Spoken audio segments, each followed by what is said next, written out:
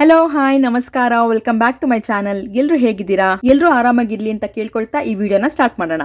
ಈ cutie pi ಯಾರು ಅಂತ ನಿಮ್ಗೆ ನೆನಪಿದ್ಯಾ? ಇವನ ಹೆಸರು ಚಿರಾಯುಷ್ ಅಂತ, ಆಶಕನ ಮಗ. ಸೊ ಒಂದು ಬರ್ಡೇ ವಿಡಿಯೋ ಕೂಡ ನಾನು ಮಾಡಿದ್ದೆ ನನ್ನ ಚಾನಲಲ್ಲಿ. ಸೊ ನನ್ನ ಕಸಿನ್ ದಕ್ಷ, ಕುಶಲ್ ಇವರು ಕೂಡ ಜನಪದ ನೋಡಕ್ಕೆ ಬಂದಿದ್ರು. ಸೊ ಅವನ ಜೊತೆ ಆಟ ಆಡುವಾಗ ತೆಗ್ದಂತ ವಿಡಿಯೋ ಅದು. ಲಾಸ್ಟ್ ವಿಡಿಯೋದಲ್ಲೇ ಹೇಳಿದ್ನಲ್ಲ, ಈ ಜನಪದ ಲೋಕೋತ್ಸವದಲ್ಲಿ ಪಾಲ್ಗೊಳ್ಳಿಕ್ಕೆ, ಇಲ್ಲಿ ಪರ್ಫಾರ್ಮ್ ಮಾಡ್ಲಿಕ್ಕೆ ನಮ್ಮ ರಾಜ್ಯದ ಮೂಲೆ ಮೂಲೆಯಿಂದನೂ ಗ್ರಾಮೀಣ ಪ್ರತಿಭೆಗಳು ಸಾಕಷ್ಟು ಜನ ಬಂದಿದ್ರು ಅಂತ. ಅಂಡ್ ಅವರೆಲ್ಲ ರಿಹರ್ಸಲ್ ಮಾಡೋ ವಿಡಿಯೋ ಕೂಡ ನಾನು ನಿಮ್ ಜೊತೆ ಶೇರ್ ಮಾಡ್ಕೊಂಡಿದ್ದೆ. ಸೊ ಈಗ ಆನ್ ಸ್ಟೇಜ್ ಅವರೆಲ್ಲರದು ಲೈವ್ ಪರ್ಫಾರ್ಮೆನ್ಸ್ ನೋಡೋಂತ ಟೈಮ್ ಬಂದಿದೆ. ಸೊ ಹೇಗೆಲ್ಲ ಪಾರ್ಟಿಸಿಪೇಟ್ ಮಾಡಿದ್ರು ಅಂತ ನೋಡ್ಕೊಂಬರೋಣ ಬನ್ನಿ. ಮುಂದಿನ ತಂಡ ನಾಗಮ್ಮ ಮತ್ತು ತಂಡ ಲಕ್ಷ್ಮೀ ಸಾಗರ, ಪಾಂಡುಪುರ ತಾಲೂಕು, ಮಂಡ್ಯ ಜಿಲ್ಲೆ. ಮುಂದಿನ ತಯಾರಿಗೆ ಶ್ರೀಮತಿ ಒಂಬಾಳಮ್ಮ ಮತ್ತು ತಂಡದವರು ವಿರುಪಸಂದ್ರ, ಜಾಲಮಂಗಲ, ರಾಮನಗರ. ದಯಮಾಡಿ ರೆಡಿ ಇರಬೇಕು.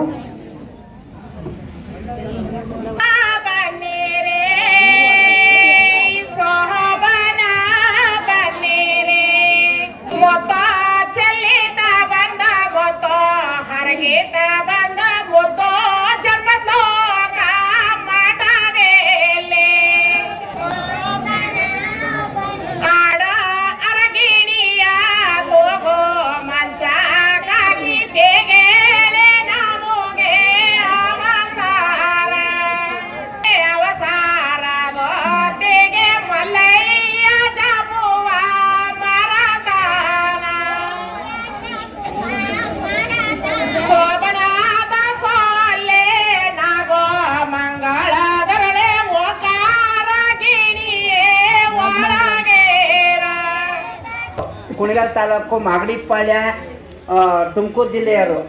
ನಾವು 86ರಿಂದ ನಾಗೇಗೌಡರು ಇದರಲ್ಲಿ ಸೋಬಾನಿ ಪದ ಆಡ್ಕೊಂಡೇ ಬಂದು. ನಾಗೇಗೌಡ್ರಿಗೆ ಏನು ಇಷ್ಟ ಅಂತಂದ್ರೆ, ರಾಮಯ್ಯ ನಿಮ್ಮ ಕುಣಿಗಲ್ ತಾಲೂಕಿನ ಜರಿಯ ಪದ ಕೇಳಬೇಕು, ನಾವು ಜರಿಯ ಪದ ಆಡಿ ಅಂತ ಅನ್ನೋರು. ಆಮೇಲೆ ಅವರು ನಮ್ಮನ್ನ ಬೇಕು ಅಂತ, ರಾಮಯ್ಯ ಬಂದ್ರ ಯಾವ್ಯಾವ ಊರ್ ಮೇಲೆ ಬಂದ್ರಿ ಅಂತ ಕೇಳೋರು. ಆಳೂರ್ ಮೇಲ, ಕೂಳೂರ್ ಮೇಲ, ಸಂದಗಿರಿ ಮೇಲ, ಸಂದಪುರ ಮೇಲ, ಬೆಣ್ಣೆಕಾಯಿ, ಬೆಂಗಳೂರು ಮೇಲ, ತುಪ್ಪಕಾಯಿ, ತುಮಕೂರು ಮೇಲ ಅಂತ ನೋಡಿ, ನಾವು ತರಪೇಟೆ ಮೇಲ, ಬಿಸಿ ಉಳ್ಳ ಬಿಳುಗುಂಬದ ಮೇಲ ಹಾಸಿ ಕೊಕ್ಕೋ ಅಂತ ಕೋಗುಕ್ಸು, ಬೆಕ್ಕೋ ಅಂತ ಬೆಕ್ಕಸ್ಕೊಂಡು, ಅಂಪಾಜಿ ಒಳಗಾಸಿ, ಕೆಂಪಾಜಿ ಕೆಳಗಾಸಿ, ಈ ಊರಿಗೆ ಬಂದು ಒತ್ತೋಡ್ ತೋರ್ತಾನೇನಿ. ಅವಾಗ ಅವ್ರ ನಗಾಡ ಅವ್ರು ಬಂದ ತಕ್ಷಣ, ರಾಮಯ್ಯರೇ ಕಾಫಿ ಆಯ್ತಾ, ಊಟ ಆಯ್ತಾ, ಏನ್ ಅಡಿಗೆ ಊಟ ಮಾಡಿದ್ರಪ್ಪ ನಮ್ಮ ಜಾನಪದ ಹೋಗ್ತಾನೆ, ನಿಮ್ಗೆ ಏನ್ ಸೌಖ್ಯ ಅಂತಾರು. ಅವ್ರು ಏನಂತ ಹೇಳ್ಬೇಕಪ್ಪ, ಏನೇನು ಅಡಿಗೆ ಮಾಡಿದ್ರು ಅಂತ ಹೇಳೋರು. ಅವಾಗ ನಾನ್ ಹೇಳ್ತಿದ್ದೆ, ಉಡುಡಿ ಅನ್ನ, ಉದ್ನಪ್ಲಾಕ ಆಯ್ತಾ ಇದ, ಕರ್ಮಿ ನೋಡಿ, ಅಕ್ಕಿ ಅನ್ನ, ಬಾಳಿ ಸಾರು, ಕಬ್ಬೆ, ಉಪ್ಪಿನಕಾಯಿ, ಒಪ್ಪ ಹಾಕದ್ ಮೊಸರು, ಬೆಕ್ಕು, ಬ್ಯಾಳೆ, ಸೊಪ್ಪು, ಸೋರೆ ಎಲ್ಲಾನು ಹಾಕಿ ಅಗ್ಗಸಿ ನಿಗ್ಗರ್ಸಿ ಹಾಕಿದ್ರು. ಉಣ್ಬೋದು, ಉಣ್ಣಿದ್ರು ಹೋಗ್ಬೋದು ಅಂತ ಅಂದಿನಿ. ಅವಾಗ ನಾಗೇಗೌಡರಿಗೆ ಅದು ಕೇಳಕ್ಕೆ, ನೋಡಪ್ಪ ನಾನು ಇದ್ರ ಕೇಳಕ್ಕೆ ನೀನ್ ಮಾತಾಡ್ತೀಯ ರಾಮಯ್ಯ ಅಂತ ಅಂದ್ಬಿಟ್ಟು ನಮ್ಗೆ ಇದ್ ಮಾಡಿದ್ರು. ಅವ್ರು ಅಷ್ಟು ನಮ್ಮನ್ನ ಗೌರವವಾಗಿ, ಅಷ್ಟು ಪ್ರೀತಿಯಿಂದ ನಮ್ಮನ್ನ ಕಾಣ್ತಾ ಇದ್ರು. ಇವತ್ತಿನ ದಿವಸ ಅವ್ರಿಗೆ ಯಾವ್ದು ಹೇಳ್ಬೇಕು ಅಂತಂದ್ರೆ, ಮೊದಲೇ ನೀನು ಜರಿಯ ಪದ ಆಡ್ರಮಯ್ಯ ಮದ್ವೆರಿ, ಗಂಡು ಹೆಣ್ಣಿಗೆ ಪದ ಆಡ್ತೀವೋ, ಆಡ್ತೀವೋ, ಧಾರೆ ಉಯ್ಯವ್ ಆಡ್ತೀವೋ, ಇಂಥ ಪದ ಆಡ್ತೀನಿ ಅಂತ ಅಂದ್ಬಿಟ್ಟು ಇಲ್ಲಿ ಬೇಕಾದಷ್ಟು ಜನ ಕಾಲೇಜ್ ಹುಡುಗರು ಇದ್ದಾರೆ, ಕಲಿಯರ್ ಇದ್ದಾರೆ. ಶೋಭನ ಆಡ್ತೀವಿ ಅಂದ್ರೆ ಎಲ್ಲರೂ ಶೋಭನ ಆಡ್ತಾರೆ. ಯಾವುದು ಅಂತ ಅವ್ರಿಗೆ ತಿಳುವಳಿಕೆ ಇಲ್ಲ. ನೀವು ಆ ತಿಳುವಳಿಕೆಗೆ ನಾವಿಂತೆ ಹಾಡನ್ನೇ ಆಡ್ತೀವಿ ಅಂತ ಅಂದ್ಬಿಟ್ಟು ನೀವು ಅದೊಂದು ನುಡಿನ ಹೇಳ್ಬಿಟ್ಟು ನೀವು ಮುಂದರ್ಸಿ ಹಾಡನ್ನ ಹೇಳಿ ಶುರು ಮಾಡ್ತೀವಿ. ಒಂದೆರಡು ಬೀಗರು ಜರಿಯ, ನೀವೇ ನಮಗೆ ಬೀಗರು ಇವತ್ತ. ಶೋಭಾನಂಬೋದೆ ಶಿವನಿಗೆ, ಬಂದರೇನೆ ಕದೀರ, ಬಂದರೇನೆ ಯುವತೀರ, ಬಂದರೇನೆ ನಮ್ಮ ಜ್ಯೋತಿಯೋರ, ಬಂದರೇನೆ ನಮ್ಮ ಜೊತೆರು ಬರುವಾಗ ನಿಮ್ಮ ಕಾಲಿಗೆ ಕರೆ ಮುಳ್ಳು ಮುರಿಯಲಿರುವ, ಕಾಲಿಗೆ ಕರೆ ಮುಳ್ಳು ಮುರಿಯಲಿ, ಬಂದೋರೆಲ್ಲ ಕಂಬವರ್ಗ ಬ್ಯಾಡಿ, ಕಂಬುದ ಚಿತ್ತಾರ ಕಾಲ ಕ್ಯಾವ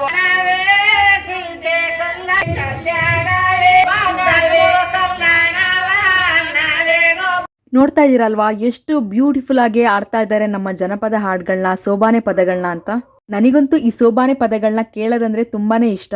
ಚಿಕ್ಕದ್ರಲ್ಲಿ ಮದ್ವೆಗಳಲ್ಲೆಲ್ಲ ಅಜ್ಜಿದಿರು ಆಡ್ತಿದ್ರು, ನಮ್ಮ ಅಜ್ಜಿದಿರು ಕೂಡ ಆಡ್ತಾ ಇದ್ರು. ಬಟ್ ಈಗಿನ ಮದ್ವೆಗಳಲ್ಲಿ ಇದೆಲ್ಲ ತುಂಬಾನೇ ಕಡಿಮೆ ಆಗೋಗಿದೆ. ಬಟ್ ಹಳ್ಳಿಗಳ ಕಡೆ ಎಲ್ಲ ಈಗಲೂ ಸೋಬಾನೆ ಪದ ಎಲ್ಲ ಹಾಡ್ತಾರೆ. ಈ ಸೋಬಾನೆ ಪದ ಆಗ್ಲಿ, ಜನಪದ ಹಾಡ್ಗಳಾಗ್ಲಿ, ಇದ್ಯಾವುದು ನಮ್ಮಿಂದ ದೂರ ಆಗ್ಬಾರ್ದು. ನಮ್ಮ ಮುಂದಿನ ಜನರೇಷನ್ಗೂ ಇದೆಲ್ಲ ಉಳಿಬೇಕು ಅನ್ನೋ ಕಾರಣಕ್ಕೆ ನಾಗೇಗೌಡರವರು ಈ ಜನಪದ ಲೋಕನ ಸೃಷ್ಟಿ ಮಾಡಿದ್ರು. ಸೊ ನಿಮ್ಮಲ್ಲಿ ಯಾರಿಗಾದ್ರೂ ಇಂಟ್ರೆಸ್ಟ್ ಇದ್ರೆ ಜನಪದ ಅಂತ ಒಂದು ಒಳ್ಳೆ ವೇದಿಕೆ ಇದೆ. ಸೊ ಇಲ್ಲಿ ಬನ್ನಿ, 1 ವರ್ಷ ಡಿಪ್ಲೊಮಾ ಕೋರ್ಸ್ ಮಾಡಿ ಅಂಡ್ ನಿಮ್ಗೆ ಇಷ್ಟವಾದಂತ ಫೋಕ್ ಡಾನ್ಸ್ ಆಗಿರ್ಬೋದು, ಹಾಡ್ಗಳಿರ್ಬೋದು, ಥಿಯೇಟರ್ಸ್ ಇರ್ಬೋದು, ಸೊ ಕಲೀಲಿಕ್ಕೆ ತುಂಬಾನೇ ಇದೆ ಇಲ್ಲಿ. ಸೊ ಬನ್ನಿ, ಇದೆಲ್ಲ ಅಡ್ವಾಂಟೇಜ್ ತಗೊಳ್ಳಿ ಅಂತ ಹೇಳಕ್ ಇಷ್ಟಪಡ್ತೀನಿ. ಸೊ ಇದನ್ನೆಲ್ಲ ಹಾಡ್ಗಳನ್ನೆಲ್ಲ ನೋಡ್ಕೊಂಡು ನಾವು ನೇರ ಹೊರಟಿದ್ದು ಶ್ರೀ ನಿರ್ಮಲಾನಂದ ಸ್ವಾಮಿಗಳು, ಅಶೋಕ್ ಸರ್, ನಮ್ಮ ನಾದ ಬ್ರಹ್ಮ ಹಂಸಲೇಖ ಸರ್ ಅವರು, ಇವರೆಲ್ಲರೂ ಕೂಡ ಇನಾಗ್ರೇಟ್ ಮಾಡಕ್ಕೆ ಕಾಯ್ತಾ ಇದ್ದಂತ ಜನಪದದಲ್ಲಿ ಜನಪದಗೆ ಸಂಬಂಧಪಟ್ಟಿರೋ ಲೈಬ್ರರಿಗೆ. ಪ್ರಾಕ್ಟೀಸ್ ಮಾಡೋದು ಇದೆ.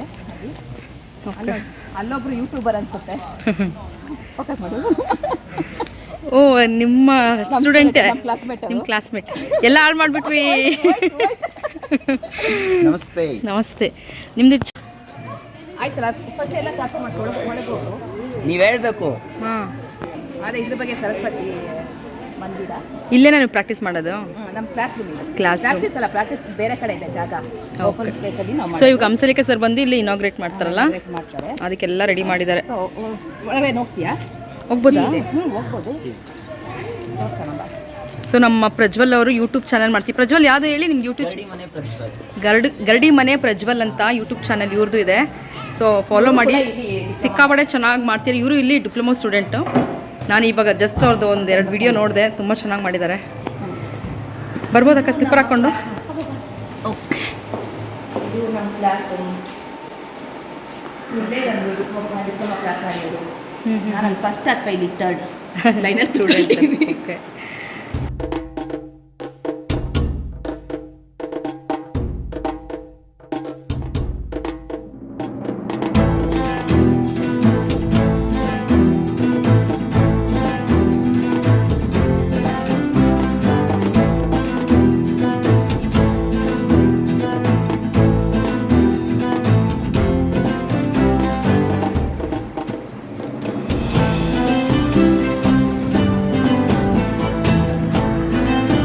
ಕರ್ನಾಟಕದಲ್ಲಿ ಇನ್ನೂ ಕಲೆ ಜೀವಂತವಾಗಿದೆ ಅಂದರೆ ಅದು ಜಾನಪದ ಲೋಕದಿಂದ. ಹೌದು. ನಾಗೇಗೌಡರು ನಮ್ಮ ಕರ್ನಾಟಕಕ್ಕೆ ದೊಡ್ಡ ಕೊಡುಗೆ. ಈ ಜಾನಪದ ಲೋಕ ನಡ್ಸ್ಕೊಂಡು ಹೋಗಿ ಬಂದಿರೋದು. ಮತ್ತು ಅವರ ಮುಂದಿನ ಪೀಳಿಗೆಗಳಾದ ಇವಾಗ ಆದಿತ್ಯ ಅವರು, ನಾಗೇಗೌಡರ ಮೊಮ್ಮಗ, ಅವ್ರು ನಡೆಸ್ತಾ ಇದ್ದಾರೆ. ತುಂಬ ಚೆನ್ನಾಗಿ ನಡ್ಕೊಂಡು ಬರ್ತಾ ಇದೆ. ಮತ್ತು ಕಲಿಯೋರಿಗೆ ತುಂಬ ವಿಷಯಗಳಿದೆ ಇಲ್ಲಿ. ನೀವು ಇದೇ ಫಸ್ಟ್ ಇಯರ್ ಇಲ್ಲಿ ಜಾಯ್ನ್ ಆಗಿರೋದು? ನಾನು ಫಸ್ಟ್ ಫಸ್ಟ್ 1 ಇಯರ್ ಇರೋದು ಇಲ್ಲಿ. 1 ಇಯರ್ ಕೋರ್ಸ್ ಅಷ್ಟೇ. ಓಕೆ.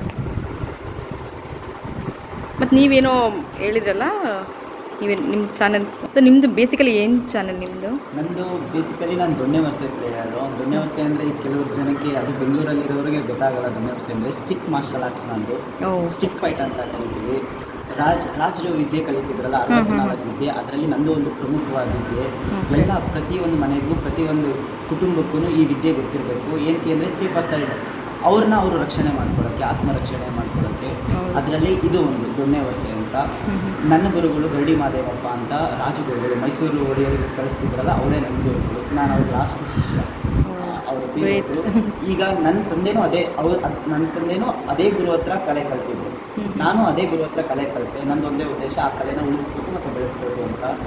ಲೈಕ್ ಈ ಥರ ಈಗ ಜಿಮ್ ಆ ಥರ ಎಲ್ಲ ಬಂದಿರೋದ್ರಿಂದ ನನ್ನ ಕಲೆ ಅಳಿವಿನ ಸ್ಥಾನದಲ್ಲಿದೆ.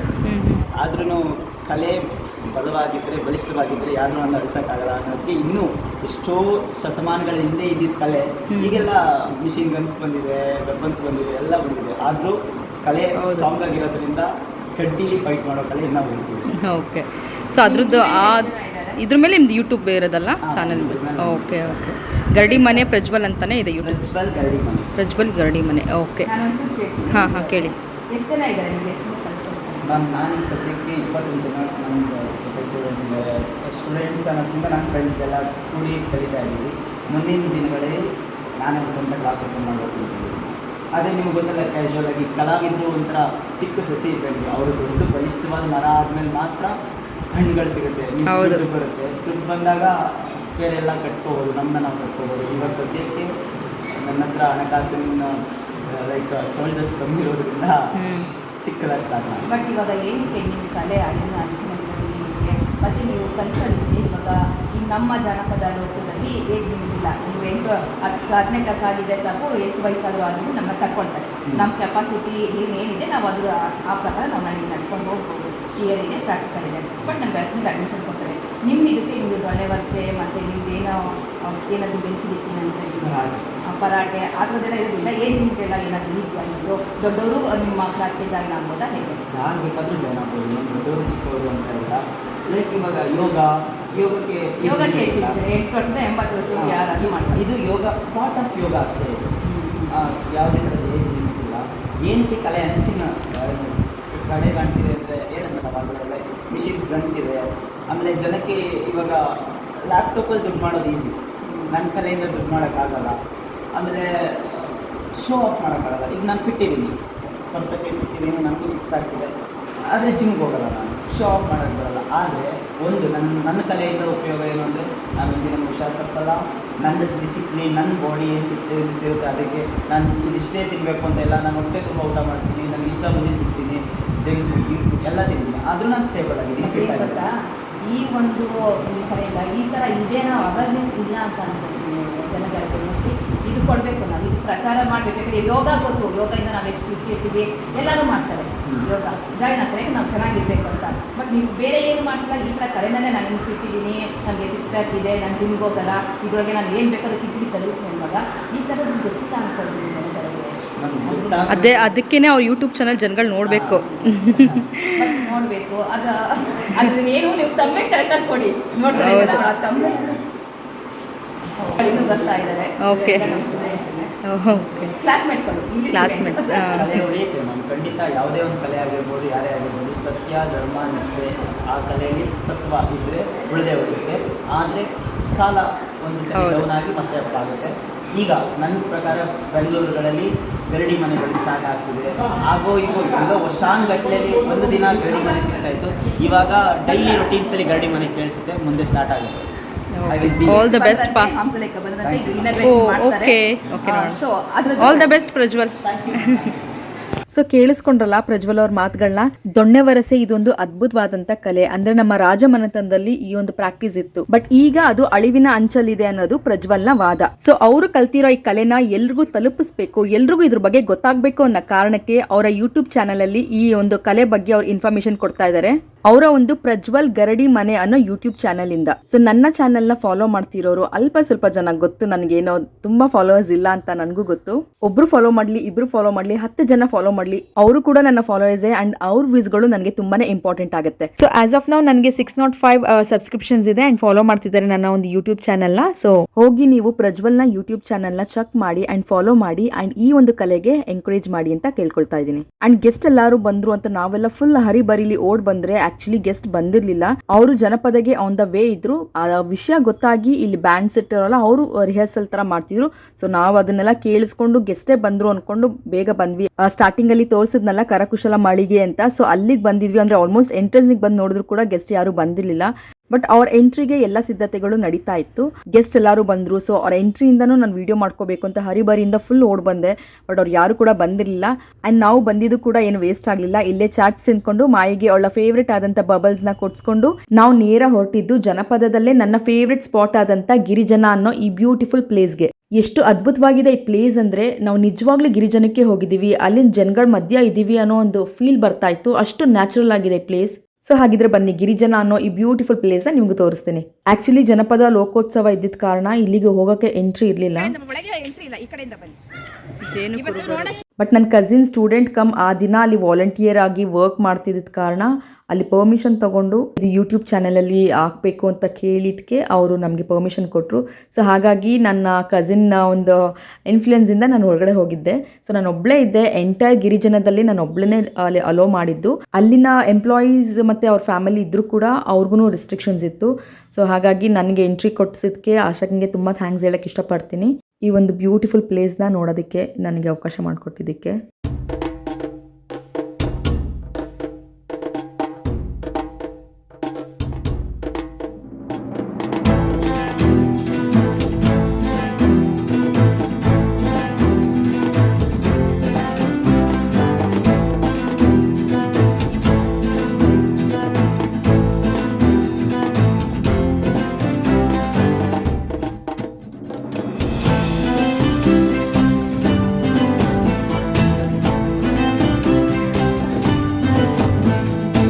ನೋಡಿ ಇಲ್ಲಿ ಆನೆ ಮಾವು ಥರ ಆಗಿ ಜೇನು ಕುರುಬರು. ಸೊ ಆನೆನೆಲ್ಲ ಪಳಗಿಸ್ತಾರೆ ಇಲ್ಲಿ ಜೇನು ಕುರುಬಾಸ್ ಅಂತ.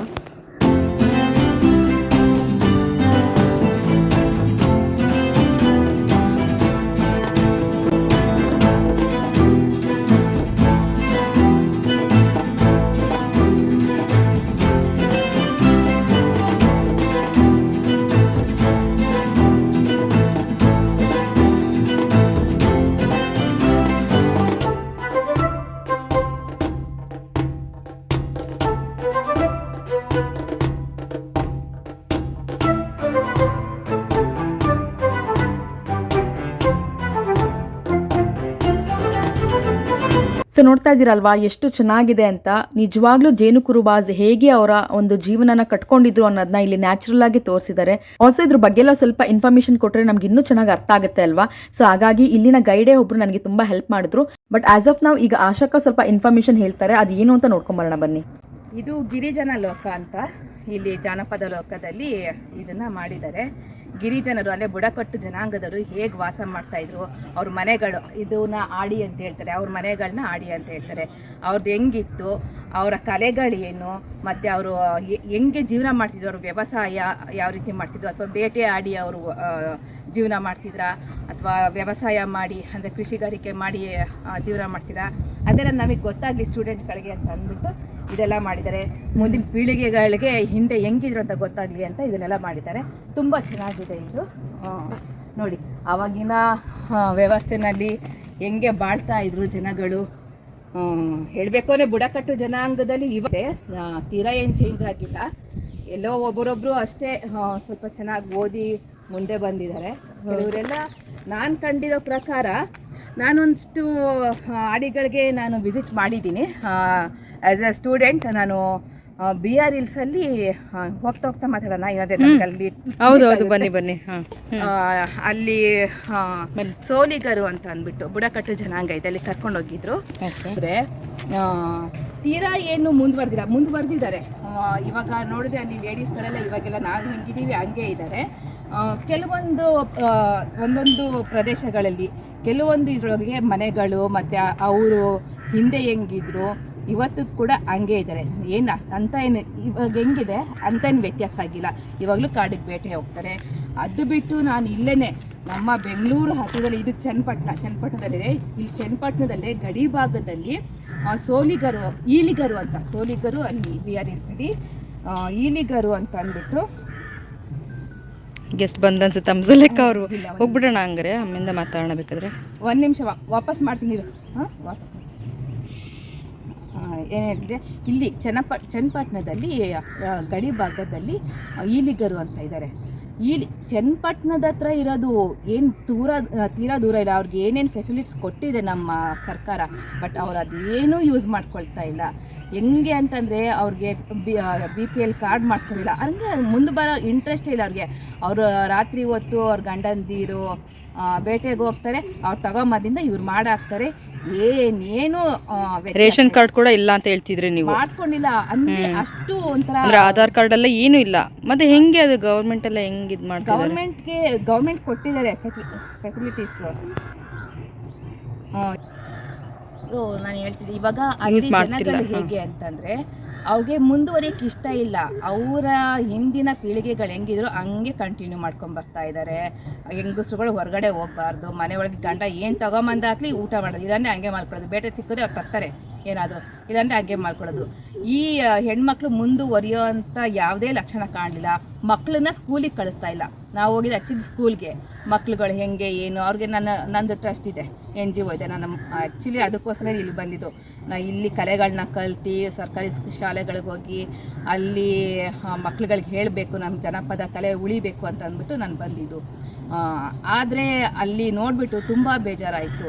ಮಕ್ಳುಗಳಿಗೆ ಶಾಲೆಗೆ ಕಳಿಸಲ್ಲ. ನಮ್ಮ ಏನು ಅಲ್ಲಿ ಹೇಳ್ತಾ ಇದ್ದಿದ್ದು ಪ್ರಿನ್ಸಿಪಲ್ ಹೋಗಿ ಅಲ್ಲಿ HM ಹೋಗಿ ಅವ್ರಿಗೆ ಕನ್ವಿನ್ಸ್ ಮಾಡಿ ಬೇಡಿ ಕರ್ಕೊಂಬರ್ಬೇಕು. ಸ್ನಾನನೂ ಮಾಡಿಸಿರಲ್ಲ.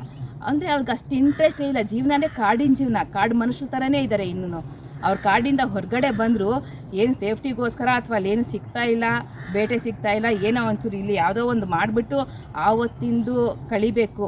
ಊಟ ಬಟ್ಟೆ ಅಂತ ಅನ್ಕೊಂಡು ಬರ್ತಾರೆ ಹೊರ್ತು ಬಟ್ಟೆ ಅಂತ ಇಲ್ವೇ ಇಲ್ಲ ಬಿಡಿ, ಏನಿದೆ ಅದೇ ಅಷ್ಟೇ. ಬೇಕಾದ್ರೆ ಕಾಡಲ್ಲಿದೆ ಸೊಪ್ಪು ಅವಾಗ ಹೆಂಗಿತ್ತು ಹಂಗೆ ಇರ್ತಿದ್ರು ಅನಿಸುತ್ತೆ. ಆ ಥರ ಮೆಂಟಾಲಿಟಿ ಇನ್ನೂ ಇದೆ ಈ ಬುಡಕಟ್ಟು ಜನಾಂಗಗಳಲ್ಲಿ. ಕೆಲವರು, ಎಲ್ಲರೂ ಅಲ್ಲ, ಕೆಲವರೊಬ್ಬರು ನಾನು ನೋಡಿದ್ದೀನಿ. ಸೊ ಮುಂದಿನ ಇದು ನೋಡೋಣ. ಇಲ್ಲಿ ಇರೋದೆಲ್ಲ ಬುಡಕಟ್ಟು ಜನಾಂಗದಿದೆ. ಇವಾಗ ಸೋಲಿಗರು ಅಂತ ಇದೆ, ಈಲಿಗರು ಅಂತ ಇದೆ, ಇದು ಗುಂಡರು ಅಂತ. ಇಲ್ಲಿ ಇದ್ದಿದ್ದು ಸರ್ ಈ ಸರ್ ಇದ್ದಾರೆ, ನಿಮ್ಮ ಸರ್ ಬನ್ನಿ ಇಲ್ಲಿ ಹಿಂಗೇನೆ. ಇಲ್ಲ ಹಿಂಗೆ ಬನ್ನಿ ಸರ್. ಬನ್ನಿ ಇದು ಟಿ ವಿ ಚಾನಲ್ಗೇನೆ ಬನ್ನಿ. ಅವ್ರು ತುಂಬ ಯೂಟ್ಯೂಬ್ ಆಫ್ ಮಾಡಿದ್ಯಾ? ಇಲ್ಲ ಅವನು ಇದೆ. ಇಲ್ಲಿ ಅವ್ರೇನು ಸ್ಟಾಫ್ ಅಕ್ಕ? ಹ್ಞೂ ಸ್ಟಾಫ್. ಇದ್ರದ್ದೆಲ್ಲ ಅವರೇ ವಿವರಿಸೋದು. ತುಂಬ ಚೆನ್ನಾಗಿ ಹೇಳ್ತಾರೆ. ಬಾ ಇಲ್ಲಿ ಬಾ, ಅಲ್ಗ ಅಷ್ಟೊತ್ತು ಇಲ್ಲಿ ಸಾಕು. ಎಷ್ಟಿದೆ ಈ ಥರ ಅಂದರೆ ಯಾವ್ಯಾವ ವರ್ಗ ಅಂದರೆ ಎಷ್ಟು ಜನಾಂಗದ್ದು ತೋರಿಸಿದ್ದೀರಾ? ಇದು ಬಂದು ಗೊಂಡರು. ಇದು ಗೊಂಡರು ಅಂತ. ಓಕೆ, ಇಲ್ಲಿದೆ ನೋಡಿ. ಇದು ಗೊಂಡರು. ಇಲ್ಲಿ ಆನ್ ಮಾಡಿ. ಆನ್ ಆಗಿದೆ. ಇದು ಗೊಂಡರು ಅಂತ. ಇದು ಒಂದು ಬುಡಕಟ್ಟು ಜನಾಂಗನೇ. ಇಲ್ಲಿಯವ್ರದ್ದು ಮನೆ ಹೆಂಗಿತ್ತು, ಇವ್ರು ಒಂದ್ ಸ್ವಲ್ಪ ಮುಂದುವರಿದ ಜನಾಂಗ. ನೀನ್ ಅಲ್ಲಿಗೆ ಸ್ವಲ್ಪ ಮಾಡು, ಅಲ್ಲಿ ಜನಾಂಗ ಇವತ್ತು ಹಂಗಿದೆ. ಇವ್ರು ಒಂದ್ ಸ್ವಲ್ಪ ಮುಂದುವರಿದಾರೆ. ಇವಾಗ ಹೆಂಚಿನ ಮನೆ ಈ ತರದ್ದು ಅವ್ರು ಮುಂದುವರಿತಿರೋ ಒಂದು ಇದನ್ನು ಸಹ ಇಲ್ಲಿ ನಮ್ಗೆ ಅವ್ರವ್ರ ಮನೆಗಳು ಹೆಂಗಿತ್ತು ಅದನ್ನು ಮುಂದುವರಿದಂತ ಒಂದು ಇದನ್ನು ಪ್ರಾಕಾರಗಳನ್ನು ನಮ್ಗೆ ತೋರಿಸಿದ್ದಾರೆ ಇಲ್ಲಿ ನಮ್ಗೆ. ಹೌದು ನೋಡಿ, ಅಲ್ಲೆಲ್ಲ ಹುಲ್ಲು ಮೇಲ್ಗಡೆ ಇಲ್ಲ ಹೆಂಚಿಗೆ ಬಂದಿದ್ದಾರೆ. ಇವ್ರು ಇಷ್ಟು ಮುಂದುವರೆದಿದ್ದಾರೆ. ಇವ್ರು ಒಂದ್ ಸ್ವಲ್ಪ ಗೌಡ ಇದಕ್ಕೆ ಬರ್ತಾರೆ. ಎಷ್ಟು ಚೆನ್ನಾಗಿದೆ ನೋಡಿ. ಇದೆಲ್ಲ ಮಾಡೋದು ಎಲ್ಲಿಂದ ಅಕ್ಕ ಇವೆಲ್ಲ? ಇದಕ್ಕೆ ಅಂತಾನೆ ಕಲಾವಿದರುಗಳಿರ್ತಾರೆ, ಆರ್ಟ್. ಅಲ್ಲೊಬ್ರನ್ನ ನೋಡಿದೆ ಬೆಳಿಗ್ಗೆ, ಒಬ್ರು ಮಾತಾಡ್ತಿದೆ. ಅವ್ರು ಇಲ್ಲೇ ಇದಾರಂತೆ, ಅಂದ್ರೆ ಇಲ್ಲೇ ವಸತಿ ಕೊಟ್ಟಿದ್ದಾರೆ. ಇನ್ನು ನಡೀತಾ ಅವ್ರ ಮದ್ವೆನೂ ಆಗಿಲ್ಲ, ಅವ್ರು ಅದೇ ಹೇಳಿದ್ರು. ಕೆಲಸಗಳೆಲ್ಲ ಇನ್ನೂ ನಡೀತಾ ಇದೆ. ಹೌದು. ಇದ್ರ ಬಗ್ಗೆ ಎಲ್ಲ ತುಂಬಾ ಚೆನ್ನಾಗಿ ನಮ್ಮ ಇಲ್ಲಿ ಇನ್ಚಾರ್ಜ್ ಬರ್ತಾ ಇದ್ದಾರೆ. ಅವ್ರು ಇನ್ನೂ ತುಂಬಾ ಚೆನ್ನಾಗಿ ಹೇಳ್ತಾರೆ. ಆಕ್ಚುಲಿ ನಾವು ಸ್ಟೂಡೆಂಟ್ಗಳು, ನಮ್ಗೆ ಇವರೇ ಹೇಳ್ತಿದ್ದು, ನಮ್ಗೆಲ್ಲ ಹೇಳ್ಕೊಡ್ತಾ ಇದ್ದಿದ್ದು ಇವರೇನೆ. ಓಕೆ, ಇವ್ರು ತುಂಬಾ ಚೆನ್ನಾಗಿ ಹೇಳ್ತಾರೆ. ಸರ್ ಇವ್ರು ಬನ್ನಿ, ಸರ್ಗೆ ನಿಮ್ ಪರಿಚಯ ಮಾಡ್ಕೊಡಿ ಸರ್. ಅಪ್ಪಾಜಿ ಅಂತ.